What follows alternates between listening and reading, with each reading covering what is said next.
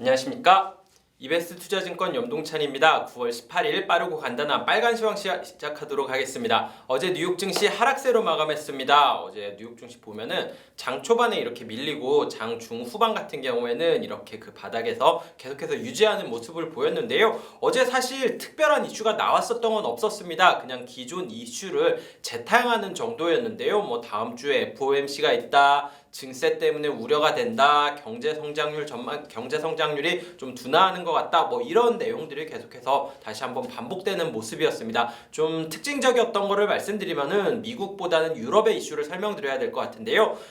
유럽에 이 CPI 확정치가 나왔는데 뭐 예상치와 동일한 결과기는 했는데 3.0% 정도였습니다. 3.0% 뭐 미국 뭐 5% 수준에 비하면 굉장히 낮기는 한데 어쨌든 유럽 같은 경우에도 이 3% 정도면은 거의 10년 최고 수준이거든요. 확정치가 이 정도로 나왔다라는 점이랑 영국 같은 경우에는 소매 판매가 나왔는데 뭐 자동차로든지 뭐 이렇게 그 에너지 같은 거를 제외한 소매 판매가 나왔는데 이 수치가 한 2% 이상 올라갈 거다라고 전망을 했는데요. 뭐 YY 기준입니다. 실제 데이터를 까보니까 마이너스 0.9%였어요. 거의 뭐 3%포인트 수준의 차이가 났었는데 그만큼 생각보다 경기는 안 좋은데 이 CPI는 올라가 있다. 뭐 이런 우려가 좀 자극되면서 다음 주 FOMC 우려가 좀 더 크게 다가왔던 것 같고요. 그러다 보니까 금리랑 달러가 굉장히 큰 폭으로 상승을 했습니다.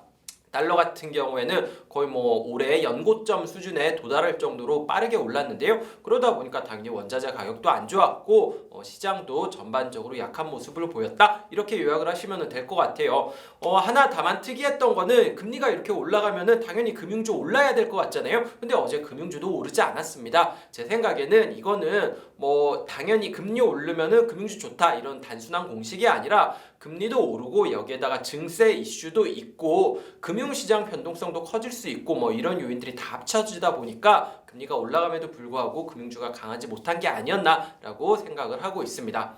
업종별로 보면은요 어저께 그 글로벌 정상회담 뭐 기후변화 관련된 게 화상 정상회담이 있었는데 여기서 바이든 대통령이 2030년까지 이 메탄 배출량을 2020년 대비 한 30% 이상 줄여야 됐고 각국이 협조를 해야 된다 뭐 이렇게 얘기를 했습니다. 뭐 영국 같은 경우에도 긍정적으로 대답을 했고요. 저희 문재인 대통령 같은 경우에도 그거에 대해서 뭐 한국이 할 수 있는 거를 알아보겠다 뭐 이런 취지의 발언을 한 것으로 알려져 있습니다. 당연히 그러다 보니까 그 그린 에너지 이거에 대한 관심이 늘어났고요. 태양광 업체들이 전반적으로 강세를 보였습니다. 뭐 솔라 엣지라든지 인페이즈 에너지라든지 이런 기업들이 전반적으로 어제 시장이 마이너스였음에도 불구하고 강세를 보였다. 이게 첫 번째 특징이고요. 뭐 이거는 개별 이슈긴 한데 두 번째로 말씀드릴 거는 뭐 센틴이라든지 휴메나라든지 이 두 개 기업이 둘 다 그 미국 의료보험 업체거든요. 민간 의료보험 업체인데 이 두 개 기업 합병 그 루머가 있었습니다. 뭐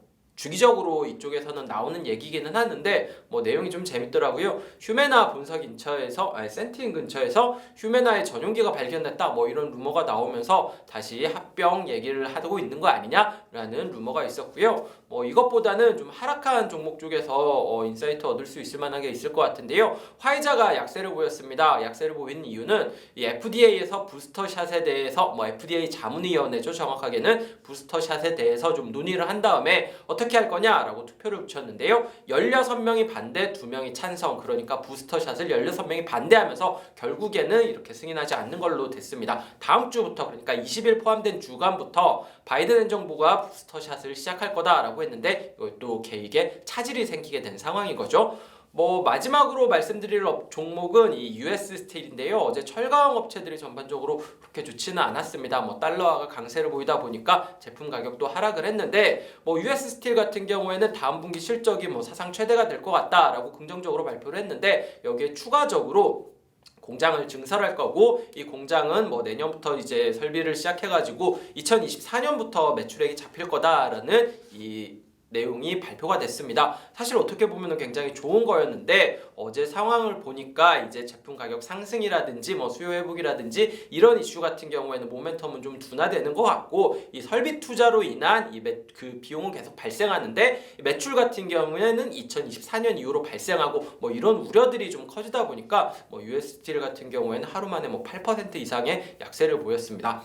오늘 준비한 빨간 시황 여기까지 말씀드리면 될 것 같습니다. 네, 다들 즐거운 추석 연휴 오늘 시작하는 날인데 보내고 계신지 모르겠네요. 뭐 저 같은 경우에도 이제 오늘 끝나고 이제 좀 애기랑 좀 돌아다녀야 될 것 같은데 다들 뭐 좋은 날씨에 오늘 조금 흐리다고는 하지만 좋은 날씨에 즐거운 추석, 즐거운 연휴 다들 보내셨으면 좋겠습니다. 다들 풍성한 한가위 되셨으면 좋겠습니다. 감사합니다.